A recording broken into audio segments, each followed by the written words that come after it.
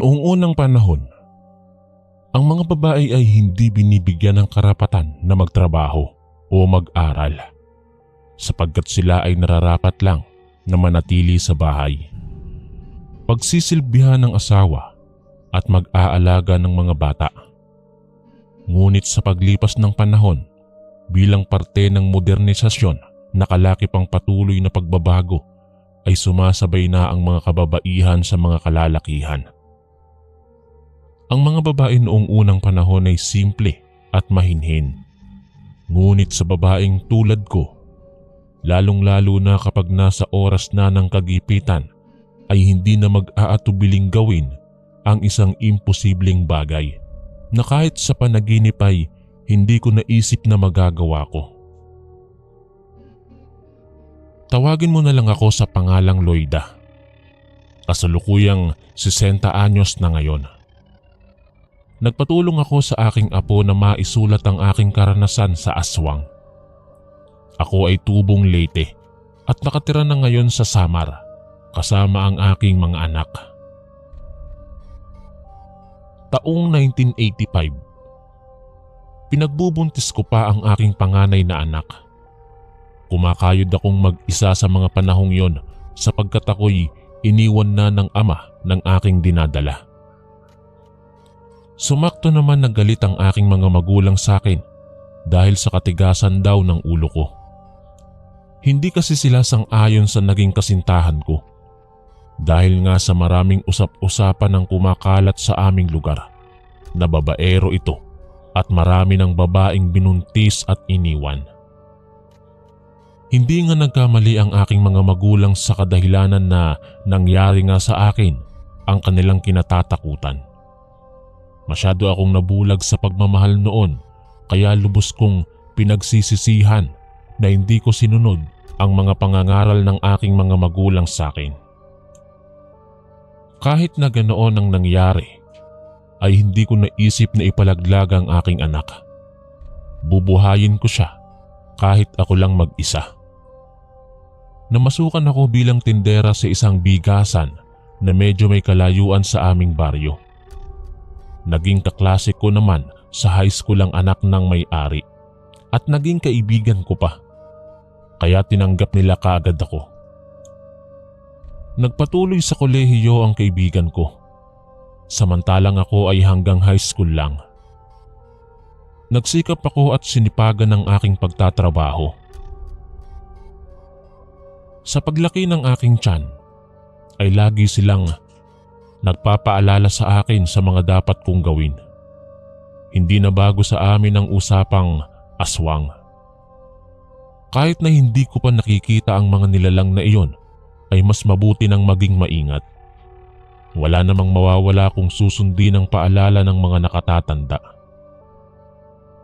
Nagsusuot ako ng itim pag lumalabas ako ng bahay. Lagi akong may dalang luya sa aking bulsa at marami pang iba. Sa pagdaan ng buwan ay natutunan ng tanggapin ng aking mga magulang ang aking sitwasyon. Nagkaayos naman kami, kaya minsan sa isang buwan ay umuuwi ako sa amin. Kung minsan naman ay sila ang dumadalaw sa akin. Dahil sa panganay ang dinadala ko, ay medyo masela ng aking pagbubuntis. Sa ika-5 buwan ng aking pagbubuntis ay pinauwi muna ako ng aking amo. Nang dahil sa hindi pa uso ang cellphone sa panahong yon. May telepono naman, ngunit ang bahay namin sa aming sitio ay malayo sa bayan. Kaya hindi ko makontak ang aking ama at ina. Umuwi ako nang hindi nila nalalaman. Gusto pa sana akong ihatid ng aking amo, kaya lang tinanggihan ko sila dahil masyado na akong nakaaabala sa kanila. Umayag sila ngunit dapat ay sundin ko lahat ng bilin nila para na rin sa aking kaligtasan. Hindi naman ako natatakot sa mga nilalang na yon. Nagbaon naman ako ng mga panlaban ko sa mga nilalang ng dilim. Maaga pa naman nang umalis ako. Sinamahan ako ng kaibigan ko sa terminal ng jeep. Hindi nakaalis agad ang jeep sapagkat inantay pa nila na mapuno ang sasakyan bago umalis. Tanghali ang tapat nang dumating ako sa sakayan ng tricycle papunta sa aming baryo. Maglalakad pa sana ako ng kaunti mula sa binabaan kong paradahan ng tricycle. Ngunit nabigla ako nang biglang sumulpot ang isang tricycle sa harapan ko. "Saan ka, Ining?" Tanong ng isang matandang nagmamaneho ng tricycle. Sinagot ko siya kung saan ako pupunta. Ngunit hindi ako magpapakyaw ng tricycle. Sapat lang kasi ang pamasahe ko. Malapit lang naman sa daanan ng tricycle ang bahay namin, kaya pwede lang akong maglakad pagbaba ko. Pagpakyaw kasi, babayaran ko ang pamasahe ng buong tricycle tapos ihahatid pa ako sa bungad ng bahay namin. Mas nakatitipid kasi pag hindi pakyaw. Ngunit pinipilit ng tricycle driver na iyon na doon na daw ako sumakay sa kanya. Isang upuan lang daw ang babayaran ko. Siyempre nagtataka ako. Bakit kako niya gagawin yun? Baka malugi siya. Habang sinasabi niya iyon, ay nagpalinga-linga din siya sa kapaligiran at parang hindi siya mapakali. Medyo masama ang kutob ko sa kanya kaya tinanggihan ko siya ulit at patuloy sa paglalakad papunta sa paradahan ng mga maraming tricycle. Hindi ko na siya nilingon pa kahit na may sinasabi pa siya. Kahit na medyo malayo na ako sa kanya, ay ramdam ko na sinusundan pa niya ako ng tingin. Nang nakasakay na ako sa unang tricycle sa pila, ay nakilala ko kung sino ang nagmamaneho nito. "Kuya Roland, kilala mo ba ang matandang nagmamaneho ng tricycle na yun?" Tanong ko sa sinakyan kong tricycle. Kahit na minsan lang akong umuuwi sa amin dahil sa trabaho, ay medyo pamilyar na ako sa mga tao dito sa lugar namin, lalong-lalo na ang mga driver ng tricycle. Ngunit ang matandang iyon na nagpapasakay sa akin kanina ay parang noon ko palang nakita. "Sino? Yang matanda na nagmamaneho ng tricycle sa kabilang kalsada?" Tugon naman ni Kuya Roland sa tanong ko. Tumango ako na tanda ng pagsang-ayon. Iba kasi ang pakiramdam ko nang makausap ko siya. Mukhang hindi siya mapagkakatiwalaan. "Si Mang Berting yan. Bagong lipat lang yan dito sa lugar natin. Galing kabilang bayan daw yan. Lumipat dito nang mamatay ang asawa niya.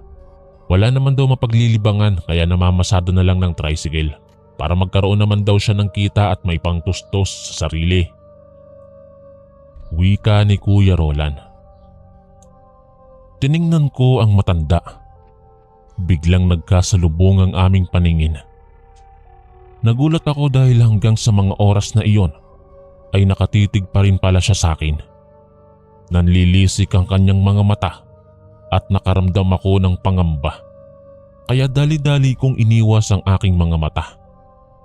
Bigla na lamang humilab ang aking tiyan sa hindi ko malamang dahilan. Kahit hindi pa napuno ang tricycle na sinasakyan ko, ay pinaandar na ito ni Kuya Roland. Nang makalayo na kami sa lugar, ay bigla na lamang humupa ang sakit ng aking tiyan. Medyo nag-alala si Kuya Roland, kaya hinatid niya ako sa bungad ng aming bahay. Sinalubong agad ako ng aking ina na nagwawalis sa aming bakuran. Pinapasok niya agad ako sa bahay. "Bakit hindi ka man lang nagpasabi na uuwi ka ngayon, Loida, para masunduman lang kita?" Wika ng aking ama. "Hindi na po kailangan, Itay. Kaya ko naman po ang aking sarili." Paliwanag ko sa kanya.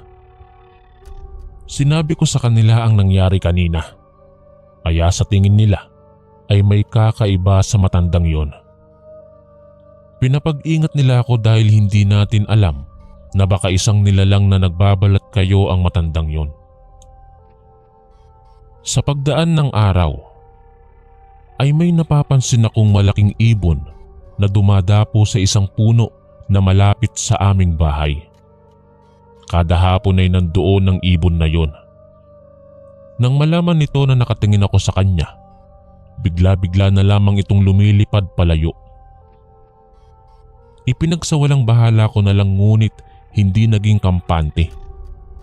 May umaaligid-aligid na malaking ibon sa bahay tuwing gabi, kaya tuwing hapon ay nagpapausok ng kamangyan ang aking mga magulang.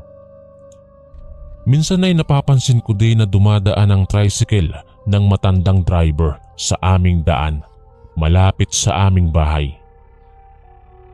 Iniisip ko na baka may hinatid lang na pasahero sa bahay malapit sa amin. Kaso halos araw-araw ko na siyang nakikita. Duda talaga ako sa matandang ito. Hindi naman siya makalapit sapagkat may mga pangontra kami na nakapalibot sa buong bahay namin. Hindi na rin ako masyadong naglalalabas maliban na lang kung kinakailangan. Sinasamahan naman ako ni nanay o kaya ni tatay. Isang araw umalis ang aking mga magulang upang pumunta sa bahay ng nakatatanda kong kapatid dahil namatay ang kanyang biyenan. Bilang respeto sa pamilya ng asawa ni kuya ay pumunta sila nanay at tatay kaya naiwan akong mag-isa sa bahay. Dahil sa ako ay buntis, ay nagiging antukin ako kaya nung hapon ay nakalimutan kong magpausok ng kamangyan. Nakatulog ako sa aming sopa na yari sa kawayan habang nakaupo. Sarado ang pintuan ngunit bukas ang mga bintana. Madilim na noon nang maalimpungatan ako dahil may kung anong bagay na tumutusok sa tiyan ko. Napasigaw ako dahil sa gulat kaya't natadyakan ko ang nilalang na sobrang itim at mabalahibo. May nakasuksok na itak sa dingding namin at siyang inabot ko. Medyo kumikirot ang tiyan ko pero hindi ko ininda iyon. Tiniis ko ang hapdi ng tiyan ko. Agad kong iwinasiwas sa nilalang ang itak. Umaatras ito pero hindi pa rin ito umaalis. Naisip ko na pumunta sa may kusina at kumuha ng asin. Itinapon ko kung anumang bagay ang makikita ko na malapit sa akin. Pati tsinelas ko ay tinapon ko sa kanya hanggang sa nakakita ako ng pagkakataong makapunta sa kusina. Sigaw pa ako ng sigaw. Hindi ko alam kung paano nangyari na para akong hindi buntis na tumakbo papuntang kusina. Nang maabot ko ang lalagyan ng asin at matapos mabuksan, ay mabilis ko itong dinakot at isinaboy sa sumusunod na aswang. Napahiyaw sa sakit ang nilalang. Tinawag ko pa siya sa kanyang pangalan dahil kahit na ganoon na ang itsura nito ay nakikilala ko pa rin kung sino siya. Dinamihan ko pa ang pagtapon sa halimaw na yon. Nang marinig niya ang pagtawag ko sa pangalan niya, ay mabilis itong tumalon sa bukas na bintana. Kahit na takot ay isinara ko ang mga bintana at tsaka ko na lang naramdaman ang sakit ng aking sinapupunan. Naramdaman ko na lang ang likidong tumutulo sa gitna ng aking mga hita. Dinudugo na pala ako at tsaka bigla na lamang akong nawalan ng malay. Nagising ako na nasa silid na ng ospital. Ikinuwento ko sa mga magulang ko ang mga nangyari. Sobra silang nag-alala. Mabuti na lang daw at may mga kapitbahay kaming pumunta sa bahay nang marinig nila ang sigaw ko. Nakita pa nila ang pagtalon ng nilalang sa mga puno papalayo sa bahay. Giniba na lamang nila ang pintuan para saklolohan ako. Dali-dali nila akong isinakay sa tricycle at dinala sa ospital. Pagdating sa bahay ng mga magulang ko ay sinabihan kaagad sila ng mga kapitbahay namin. Kahit na ganoon ang nangyari, ay nagpapasalamat pa rin ako sa Panginoon na walang nangyari sa anak ko. Simula nang mangyari yon, ay hindi ko na napapansin pa si Mang Berting na dumadaan sa bahay namin. Nabalitaan ko rin galing kay Kuya Roland na may lapnos ang katawan nito na parang binuhusan ng mainit na tubig. Matindi talaga ang paniniwala ko na si Mang Berting talaga ang aswang na pumasok sa amin. Hindi na rin ako hinahayaan ng mga magulang ko na mag-isa sa bahay. Pag aalis naman sila ay pinapasamahan ako ng kahit sino sa mga kapitbahay namin. Lagi na rin akong alerto sa aking paligid hanggang sa naipanganak ko ang aking panganay. Kahit na nakakatakot ang karanasang iyon, ay naging matapang ako para sa amin ng anak ko. Isang hapon, ako na ang nagpresentang mamalengke. Hindi ko kasama ang panganay ko na sa mga panahong iyon ay nasa 3 taong gulang na. Kaya ako sa hapon umaalis sapagkat dinala ko pa ang aking anak sa doktor nung umaga dahil may ubo ito at sipon. Magtatakip silim na noon nang matapos akong mamalengke. Habang naglalakad papunta sa paradahan ng tricycle ay nakita ko na naman si Mang Berting. Nagkatitigan pa kami ngunit hindi ko inilihis ang titig ko sa kanya hanggang sa siya na mismo ang umiwas. Pinandidilatan ko pa kasi siya. Habang naghihintay ng ibang pasahero ang sinakyan kong tricycle, ay may nakita akong mag-asawa na papunta sa tricycle ng matanda. Buntis pa ang babae. Balak ko sanang bumaba para magbigay ng babala sa mag-asawa. Ngunit baka hindi nila ako paniwalaan. Nag-alala ako sa maaaring mangyari sa buntis. Pagamat nandoon ang kanyang asawa ay mas mainam nang umiwas. Hindi natin alam ang maaaring gawin ng matanda. Baka gagawin din niya sa babae ang ginawa niya sa akin. Nagdaan ang ilang araw ay nagimbal kami sa nabalitaan namin. May pinaday daw na buntis sa kabilang sitio. Wakwak ang tiyan at wala na ang sanggol sa kanyang sinapupunan. Nag-iisa lang daw ang babaeng iyon sa bahay kasi ang kanyang asawa ay nagtatrabaho pa sa mga oras na yun.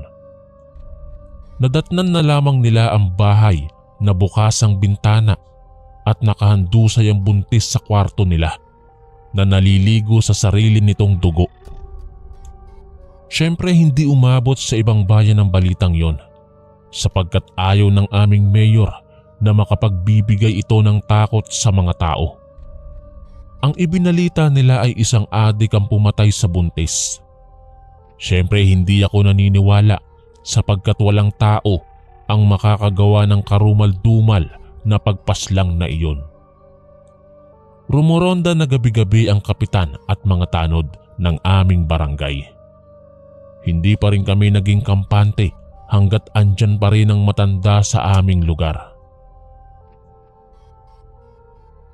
Isang dapit hapon, habang nakasakay ako sa tricycle ni Kuya Roland, ay may nadaanan kaming buntis na nag-aabang ng masasakyan sa daan.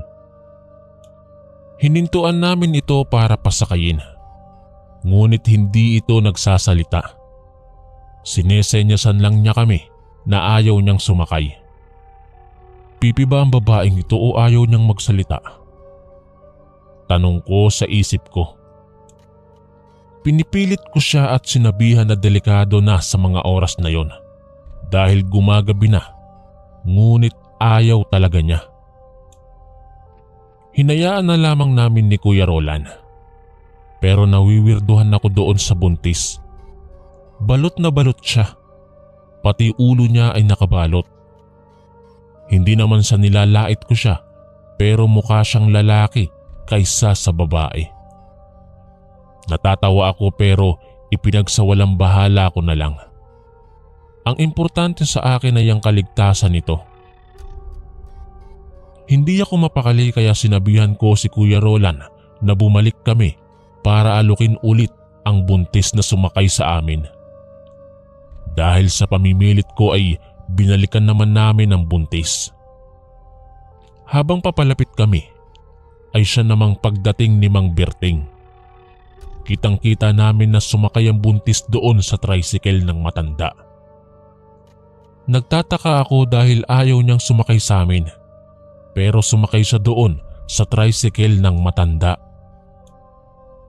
Kuya Roland, sundan natin yun.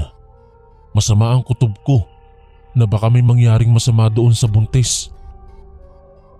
Pag-aalala kong sabi kay Kuya Roland.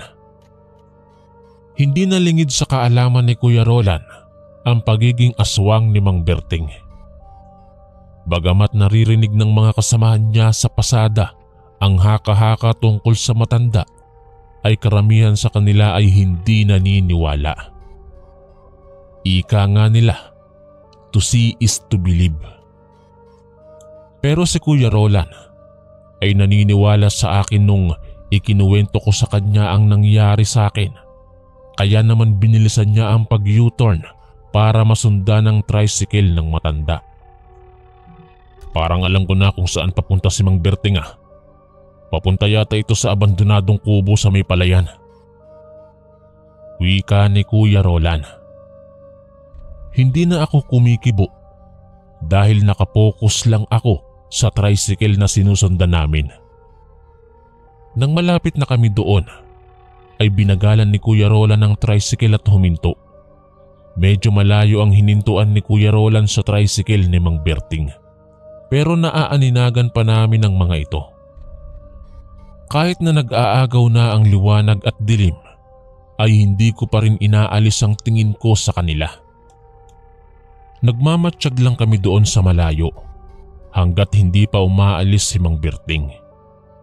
Kitang-kita naming nag-uusap si Mang Berting at ang buntis. Maya-maya'y nagulat na lamang kami nang biglang magpalit anyo si Mang Berting. Kumpirmado. Ang aswang na umatake sa akin nung ipinagbuntis ko pa ang aking panganay ay walang iba kung hindi si Mang Berting nga.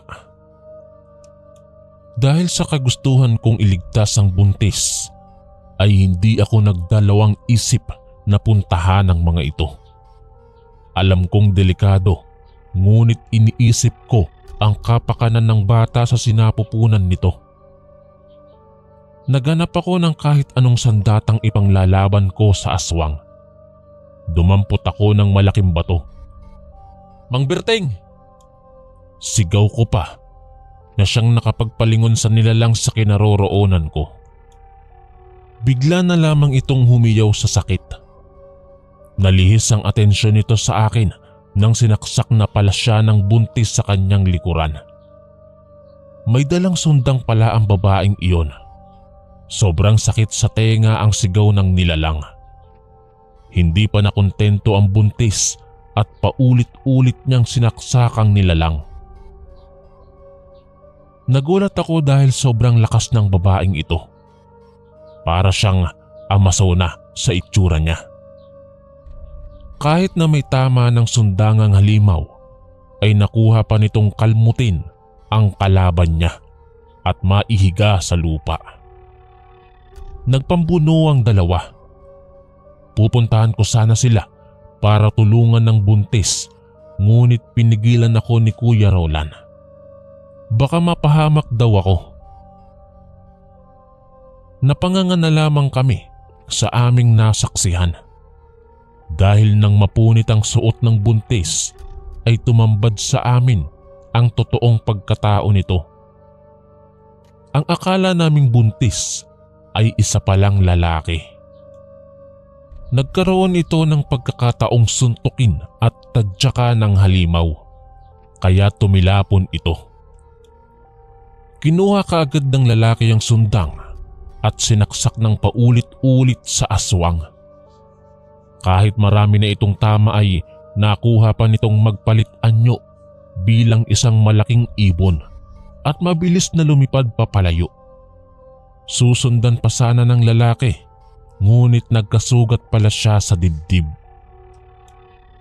Dinala namin ni Kuya Roland ng lalaki sa aming bahay upang gamutin. Doon ko siya nakilala. Siya yung lalaki na may kasamang buntis na nakita ko noon sa may palengke. Mag-asawa nga sila. Ang asawa niya pala ang pinatay ng aswang na taga-kabilang sityo. Nalungkot ako sa aking nalaman. Ngunit wala na tayong magagawa dahil nangyari na. Nakilala daw niya ang aswang na pumatay sa mag-ina niya. Kaya naisipan niyang maghiganti rito. Suotang damit ng kanyang asawa na hindi pa nalabhan ay nagpanggap siyang buntis para mahulog sa bitag ang aswang. Dahil sa samyo ng buntis, ay tiyak na hindi siya makikilala ng aswang na isa pala siyang lalaki. Nagtagumpay naman siya sa kanyang mga plano, kahit na muntikan na rin siyang mamatay. Nagpasalamat siya sa amin ni Kuya Roland dahil kung hindi pa namin siya sinundan ay hindi siya magagamot kaagad. Natuwa din ako dahil pakiramdam ko na hindi na babalik kailanman si Mang Berting sa lugar namin na siya namang nagkatotoo. Para ding nakatadhana ang mga nangyari dahil ang lalaking iyon na namatayan ng asawa nang dahil sa aswang ay aking nakatuluyan. Sa ngayon ay 3 taon nang patay ang aking asawa na siyang nagpanggap na buntis na angkas sa tricycle ng aswang. Hindi man mahaba ang aming pinagsamahan, kahit papaano ay minahal ko siya ng tunay. Sa ngayon po ay tanging mga anak ko na lamang at isang apo ang kasama ko sa buhay. Sadyang maraming misteryo sa buhay, kaya wag nating sayangin ang panahon. Katulad ng mga naranasan ko, mapait man, ngunit hindi ko naman ito pinagsisisihan. Isang pangyayari ang hindi ko na malilimutan, Kuya Chris. Kaya ko ito ipinasulat sa aking apo dahil sa isang aswang ang minsang nag-angkas sa akin na nagpanggap na isang tricycle driver. Hanggang dito na lamang po ang aking kwento, Kuya Chris. Maraming salamat po and God bless. Ang inyong kaistorya, Minerva.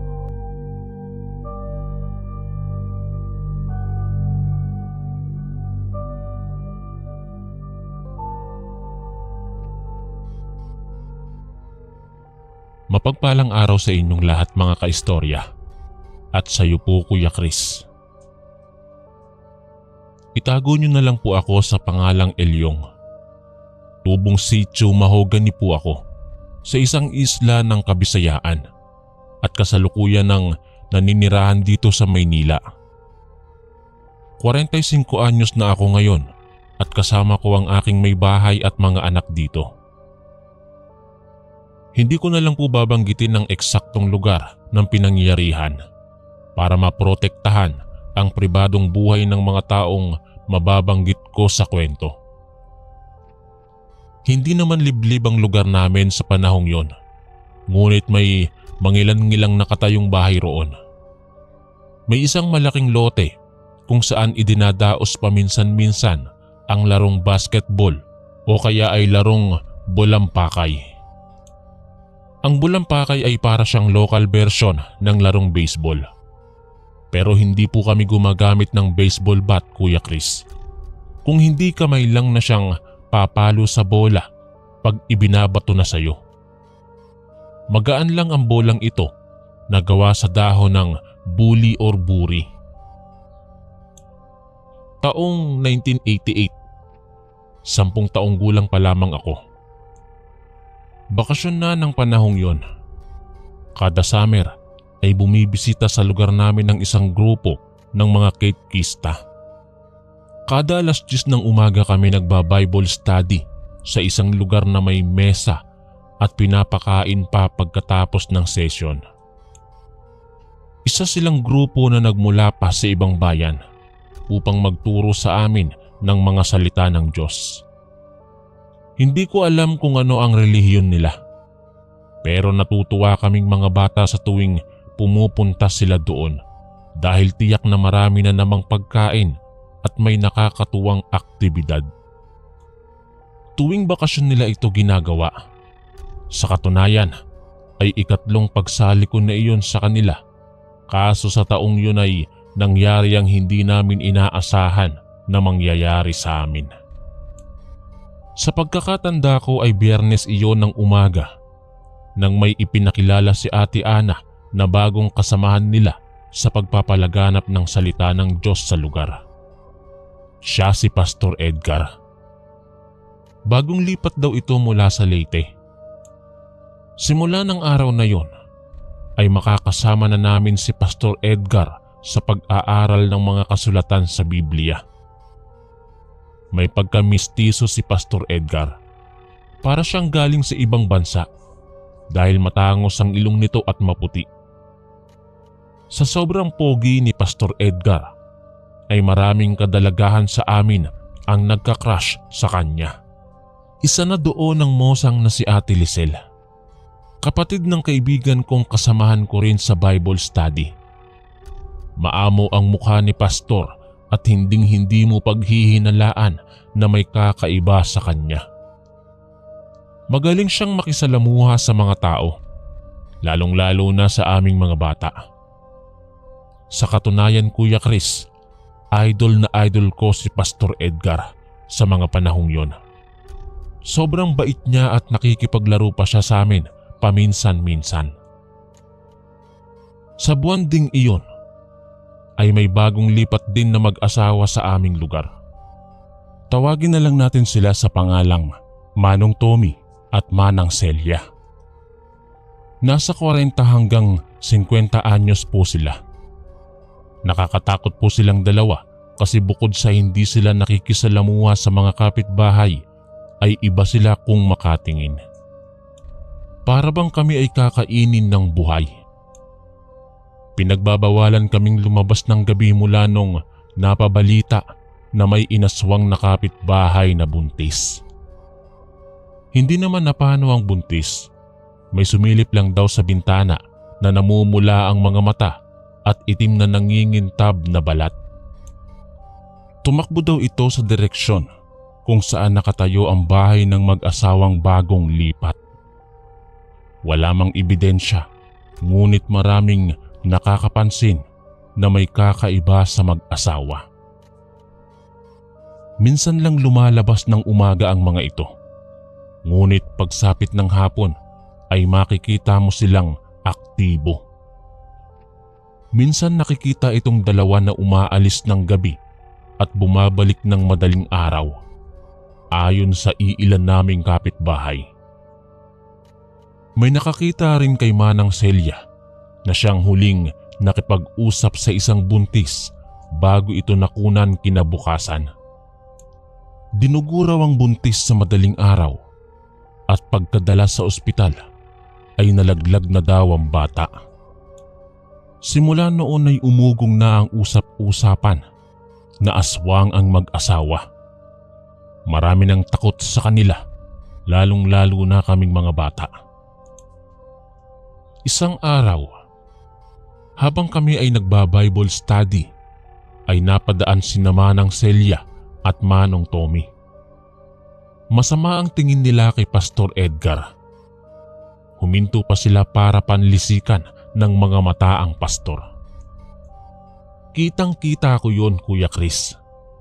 Kaya sinubukan ko ding tingnan ang reaksyon ni Pastor Edgar nang nakipagtitigan siya sa mag-asawa. Hindi niya natiis iyon kaya nilapitan niya ang dalawa. Papunta pa lang siya ngunit umalis na kaagad ang mag-asawa. Napailing na lamang si Pastor Edgar at nagtataka siya kung bakit ayaw ng matandang mag-asawa sa kanya. Gusto lang naman niyang makipagkaibigan. Hinayaan na lamang sila ni Pastor Edgar. Ilang araw na nagdaan ay biglang nagulat kami nang nagkagulo sa aming kapitbahay. Ang mga manok daw ni Lolo Marsing. Lolo ng isa ko pang kasamahan sa Bible study na si Hilbert ay natagpuang nagkalat sa lupa. Patay na ang mga ito. Nawawala ang mga lamang loob, lalong-lalo na ang atay ng mga ito. Parang kinain ng isang mabangis na hayop. Nakaramdam ako ng awa kay Lolo Marsing sapagkat alam ko na mahal niya ang kanyang mga manok. Manok panabong ang mga iyon kaya alagang-alaga niya. Galit na galit ang matanda at hindi nito maiwasang lumuha. Naubos ang lahat ng mga manok niya, kahit isa ay walang itinirang buhay. Sigaw ng sigaw si Lolo Marsing at nagtatanong kung sino ang gumawa nun sa mga alaga niya. Pinagmumura pa niya ang mga ito at sinabing magbabayad sila. Pinakalma naman siya ng kanyang mga anak. Pagkatapos ng mga nangyari, ay nag-imbestiga ang mga taga-barangay sa mga nangyari. Ngunit wala namang nakasaksi upang matukoy kung sino ang salarin. Mas lalong umugong ang tsismis na ang bagong lipat na mag-asawa ang may gawa nito.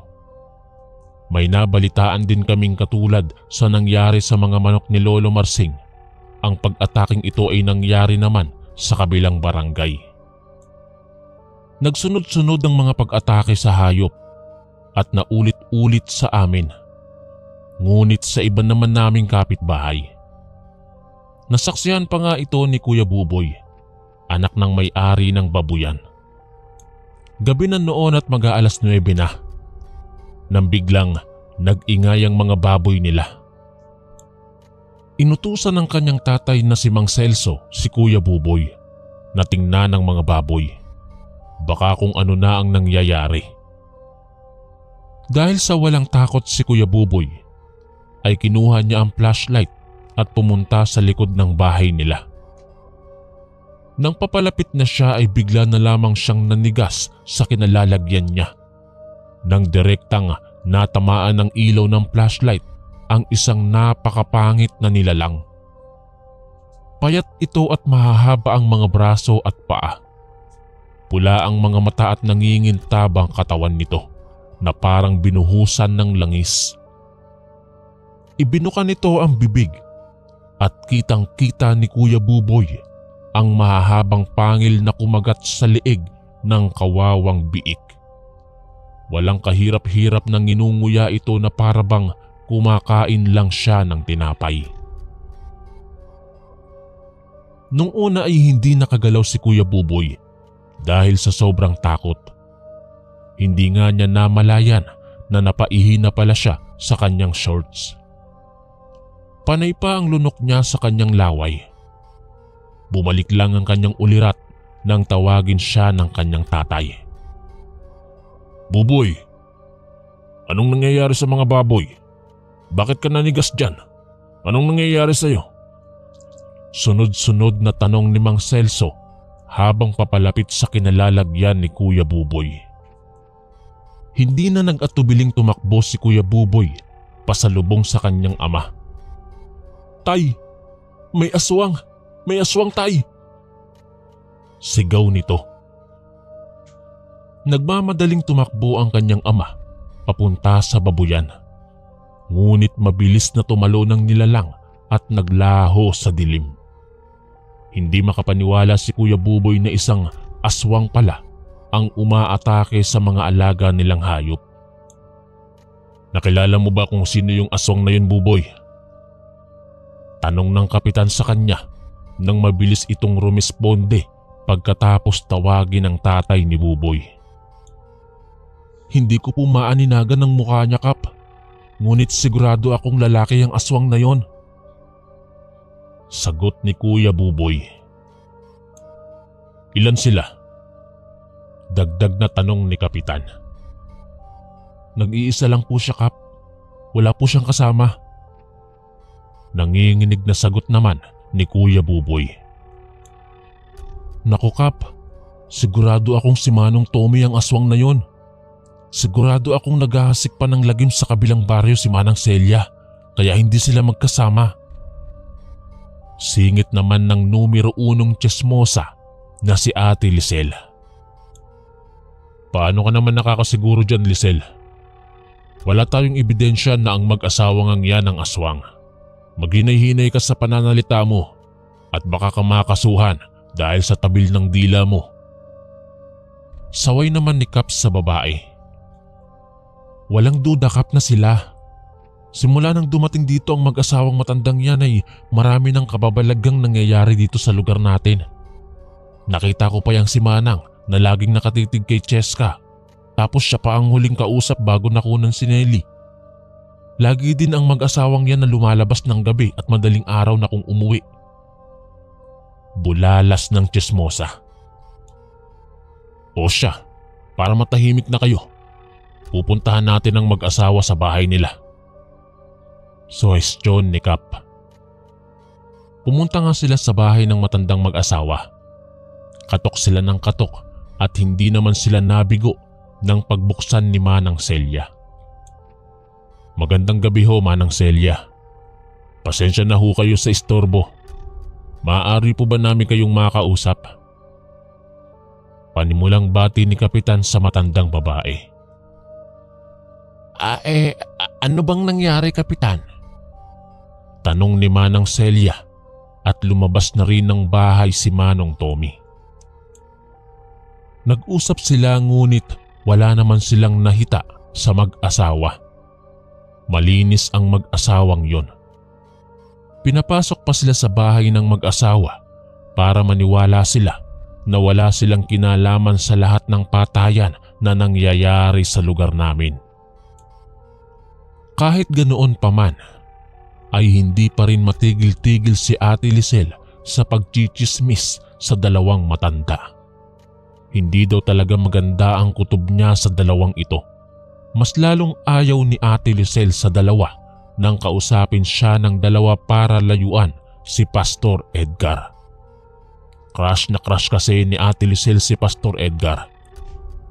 Laging bukang bibig ng tsismosa ang pastor kapag kausap nito ang mga kaibigan niyang mosang na katulad niya. Narinig ko pa ang pinag-usapan nila ng nanay ko nang mapasyal siya sa bahay namin. Bakit ba galit na galit ka kina Manang Celia at Manong Tommy, Lisel? Wala namang ginagawa sa iyo ang mag-asawang yun ah. Tanong ng nanay ko kay Ate Lisel. Wala sa akin, pero kay Pastor Edgar meron. Sinisiraan nila sa akin si Pastor Edgar.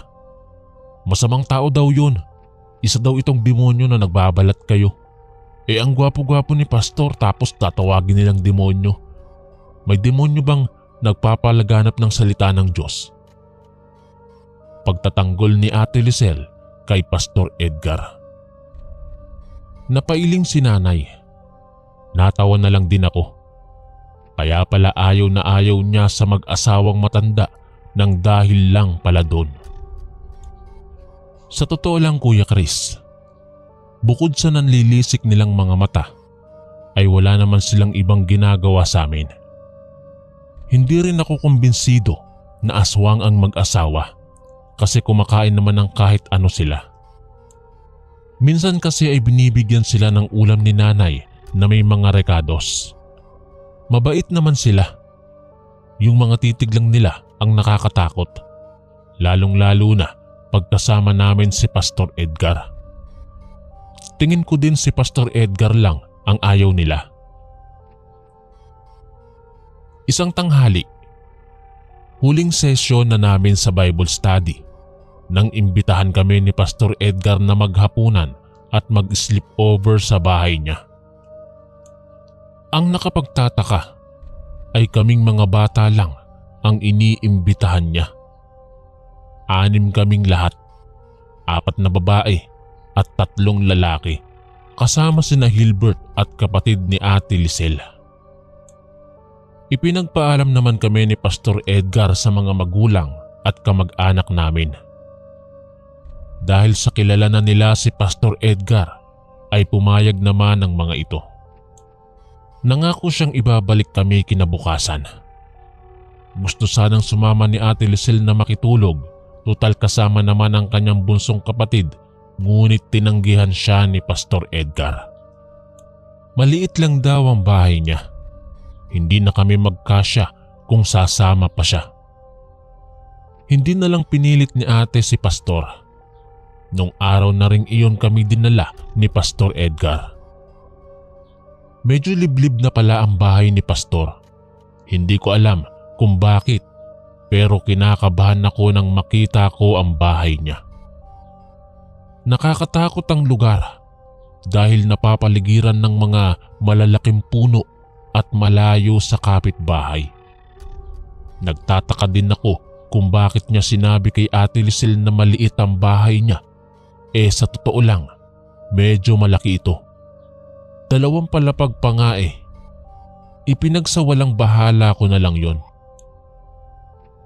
Nag-aagaw na ang liwanag at dilim nang ipaghanda kami ni Pastor ng panghapunan. Ang sasarap ng pagkaing inihanda niya sa amin. Nagutom kaming 6 kaya hindi na kami nagpatumpik-tumpik pa at nilantakan na namin ang mga pagkain sa hapagkainan. Pagkatapos naming kumain ay bigla akong nakaramdam ng antok. Nang tumingin ako sa kasamahan ko ay ganoon din ang nangyari sa kanila. Hindi ko na alam ang mga sumunod na nangyari nang makatulog ako sa mesa. Nagising na lamang kami na nasa isang kwarto na walang bintana. Sinubukan ko pang buksan ang pintuan ngunit nakalak ito. Kinatok ko ito at tinawag si Pastor Edgar para pagbuksan kami ngunit walang tugon. Bakit ikinulong kami ni Pastor Edgar? Nagtatakang tanong ko sa isip ko. Hindi namin alam kung bakit. Nagpanik na rin ang mga kasamahan ko nang malaman nila kung ano ang ginawa ni Pastor sa amin. Nagsiiyakan na din ang iba at gusto nang umuwi. Maya-maya'y biglang bumukas ang pintuan at bumungad sa harapan namin ng isang nakakatakot na nilalang. Nagsisisigaw na kaming lahat dahil sa takot. Walang pag-aalinlangan na hinablot nito si Hilbert. Sinubukan pa naming hilahin si Hilbert para hindi matangay ng aswang, ngunit masyado itong malakas. Nahatak din kami kaya nang mabitiwan namin si Hilbert ay nadapa kaming lahat at tuluyan ng natangay ng aswang ang kaibigan namin. Sigaw ng sigaw si Hilbert. Napaiyak na din ako dahil wala kaming magawa para tulungan ang kaibigan namin. Dinig na dinig ko ang hinaing ni Hilbert at pagmamakaawa niya sa ibaba nang idinikit ko ang tenga ko sa sahig. Dinig na dinig ko rin ang atungal ng aswang at ungol nito. Kahit na nangangatog sa takot, ay nilakasan ko ang loob ko. Sinabi ko sa sarili ko na tatakas kami. Sinubukan kong banggain ang pintuan. Hinihilan na rin namin ang pihitan nito ngunit wala talaga. Ginamit ko ang kahit ano hanggang sa napagod na lamang kami. Napaupo na lamang kami sa sulok habang nagyayakapan. Wala pang 10 minuto nang bigla na lamang kaming nakarinig ng matinis na sigaw mula sa ibaba. Sigaw ng nasasaktan at mula yon sa aswang. Nakarinig din kami ng sigaw ng mga tao sa labas, ngunit hindi namin makita kung ano ang nangyayari doon. Inilapit ko ulit ang aking tenga sa sahig. Dinig na dinig ko ang mga sigawan at boses ng nagkakagulo sa ibaba. May isang boses akong pamilyar doon na narinig. Boses iyon ni Manong Tommy na parang pasigaw na nag-uusal ng dasal.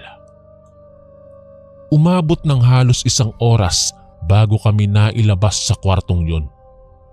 Pagbaba namin ay nakita naming hubot-hubad na lalaki na nakahandusay sa sahig. Hindi ko na siya makilala dahil sa lapnos ang mukha niya. Para siyang binuhusan ng asido sa itsura niya. Punong-puno din ng sugat ang katawan nito at may mga marka pa ng saksak. Hinanap ko kaagad ang kaibigan naming si Hilbert. Dinala na siya sa ospital, anak. Sagot ng tatay ko na sumama pala sa pagliligtas sa amin. Nang makauwi kami sa bahay, ay doon na ikinuwento ni tatay ang mga nangyari. Ayos sana niyang sabihin ang mga ganap ngunit pinilit ko siya. Gusto kong malaman ng lahat. Anya, nang malaman ng mag-asawang Tommy at Celia na dinala kami ng pastor ay nagmamadali ang mga ito na puntahan si Kapitan. Humingi sila ng tulong na puntahan agad kami dahil hindi tao ang sinamahan naming pastor. Ikinuwento pa nila na tinitiktikan na nila si Pastor Edgar mula pa noon dahil alam nila ang totoong pagkatao nito. Dahil sa wala pa silang matibay na ebidensya na maipakita ay inoobserbahan muna nila ito. Nang makumpirma nila na isa itong aswang ay sinubukan nilang humagilap ng ebidensya para paniwalaan sila pag nagsumbong sila kay Kapitan, ngunit magaling itong magtago. Kahit na walang ebidensya ay sinubukan nila itong sabihin kay Ate Lisel, ngunit hindi naman naniniwala ang babae. Wala silang magagawa kung ayaw ni Ate Lisel maniwala, pero patuloy pa rin nila itong sinusubaybayan. Nang malaman nila na dinala niya kami ay hindi na sila nagdalawang isip na sabihin kay Kapitan ng lahat. Isa palang albularyo si Manong Tommy, kaya alam niya kung paano susugpuin ang mga nilalang ng dilim na kagaya ni Pastor. Isa ring babaylan si Manang Celia, kaya katuwang siya sa lahat ng ginagawa ng kanyang albularyong asawa. Sa tulong ng gabay ni Manong Tommy ay natuntun nila ang bahay ni Pastor Edgar. Bagamat medyo nahuli na sila ay ginawa pa rin nila ang lahat upang mailigtas kami. Naglaban si Manong Tommy at Pastor Edgar kasama ng mga tanod at kapitan. Andoon din ang mga katekista na kasama ni Pastor Edgar na hindi makapaniwala sa lahat. Gamit ng kanyang tansong punyal, buntot pagi at banal na tubig ay napatay niya ang aswang na ito. Marami ng biktima si Pastor Edgar, kaya sinundan talaga siya ng mag-asawa. Kung sino pa yung pinaghihinalaan namin ay sila pa yung tumulong sa amin. Humingi ng tawad si Ate Lisel sa matandang mag-asawa at nangako na hinding-hindi na niya uulitin ang mga ginagawa niya. Binisita namin si Hilbert sa ospital at naiyak ako sa sinapit niya. Naputol ang kaliwang bahagi ng kanyang braso dahil iyon daw ang unang nilantakan ng aswang. Nakakalungkot isipin na bukod sa traumang naidulot ng mga pangyayari ay tuluyan ng nabago nito ang buhay ng aming kaibigan. Lagi na lang tulala si Hilbert at minsan ay sumisigaw ito sa kailaliman ng gabi. Hindi niya maiwaglit sa kanyang isipan. Lagi niya itong napapanaginipan.